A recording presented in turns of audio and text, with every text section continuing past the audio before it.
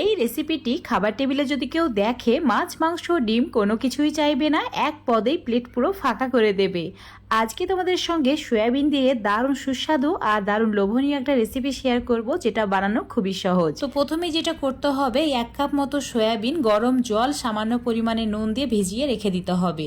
সয়াবিনের পরিমাণটা নিজেদের প্রয়োজন বুঝে বাড়িয়ে বা কমিয়ে নিতে পারো। এবার চুলোর উপর একটা ফ্রাইং প্যান নিতে হবে, 1 চামচ মতো তেল দিয়ে তেলটা হালকা গরম হয়ে গেলে দিয়ে দিতে হবে পেঁয়াজ। এখানে 2টি মিডিয়াম সাইজের পেঁয়াজকে এভাবে কেটে নিয়ে অ্যাড করেছি। তার সঙ্গে দিয়েছি 3 কোয়া রসুন আর দিয়েছি অল্প একটু আদার কুচি। 1টি ছোট সাইজের টমেটো 4 টুকরো করে কেটে নিয়ে অ্যাড করেছি। এখন এগুলোকে গোল্ডেন করে ভেজে নেব। তারপর দিয়ে দেব অল্প একটু ধনে পাতা। আবারও কিছু সময় ভেজে নেওয়ার পর এগুলোকে চুলো থেকে নামিয়ে ঠান্ডা করে নিতে হবে। তারপর ব্লেন্ডারের মধ্যে দিয়ে ব্লেন্ড করে নিতে হবে। যদি প্রয়োজন হয় সামান্য পরিমাণে জল অ্যাড করে নেবে। এদিকে সয়াবিন বড়িগুলো ফুলে ডাবল হয়ে গেছে। তো এই জল থেকে সয়াবিন বড়িগুলো তুলে নিতে হবে। তারপর ঠান্ডা জল দিয়ে আরও একবার ধুয়ে নিয়ে জলটাকে ফেলে দিতে হবে। আর সয়াবিনের মধ্যে থাকা জল একদম চিপে বের করে দিতে হবে। এবার সয়াবিনের মধ্যে কিছু মশলা অ্যাড করে দিতে হবে, যেমন সামান্য পরিমাণে হলুদের গুঁড়ো, লঙ্কার গুঁড়ো আর দিয়েছি ধনের গুঁড়ো। এবার এর মধ্যে দিয়ে দিতে হবে 1টি ডিম। আর এখানে ডিমের পরিমাণটা সয়াবিনের পরিমাণ হিসাবে বাড়িয়ে বা কমিয়ে নিতে হবে।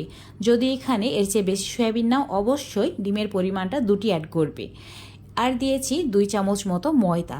এখন সবকিছু একসঙ্গে ভালো করে মিশিয়ে নিতে হবে। মেশানো হয়ে গেলে এবার এগুলোকে ভেজে নেব। ভাজার জন্য চুলোর ওপর ফ্রাইং প্যানে তেল দিয়ে দিচ্ছি, আর তেল একদম ভালোভাবে গরম করে নিতে হবে।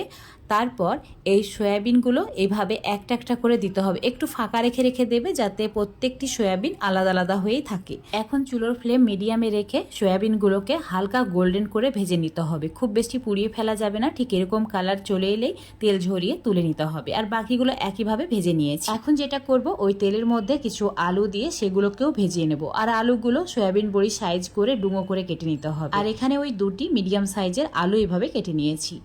তো দেখতেই পাচ্ছ গোল্ডেন কালার হয়ে গেছে। তেল ঝরিয়ে একটা প্লেটে তুলে রেখে দিচ্ছি। এবার ওই ফ্রাইং প্যানে আরও 2 চামচ মতো তেল অ্যাড করেছি। তেল গরম হয়ে গেলে দিয়ে দিতে হবে তেজপাতা, দারচিনি আর 3টি এলাচ ফাটিয়ে নিয়ে তারপর অ্যাড করবে। তারপর যে মশলাটা বানিয়ে রেখেছিলাম টমেটো, পেঁয়াজ, আদা, রসুন দিয়ে সেটা পেস্ট করে অ্যাড করেছি। আর সামান্য পরিমাণে মিক্সচার জারটা ধুয়ে জল অ্যাড করেছি। এখন একটু সময় নিয়ে মশলাটাকে কষিয়ে নিতে হবে। মিডিয়াম আছে 3-4 মিনিট মতো কষিয়ে নেওয়ার পর দিয়ে দিচ্ছি 1/2 চামচ হলুদ গুঁড়ো, লঙ্কার গুঁড়ো, জিরের গুঁড়ো আর ধনের গুঁড়ো আর স্বাদ মতো নুন। নুনটা নিজেদের স্বাদ বুঝে অ্যাড করে দেবে। এখন এই মশলা একদম তেল ছাড়া পর্যন্ত কষিয়ে নিতে হবে। দেখতেই পাচ্ছ তেল ছাড়তে শুরু করে দিয়েছে। তো এই সময় দিয়ে দিতে হবে টক দই। দইটা অবশ্যই ফেটিয়ে নেওয়ার পর অ্যাড করবে। আর চুলোর ফ্লেমটা এই সময় একদম কম করে রাখতে হবে, না হলে দই কেটে গিয়ে একদম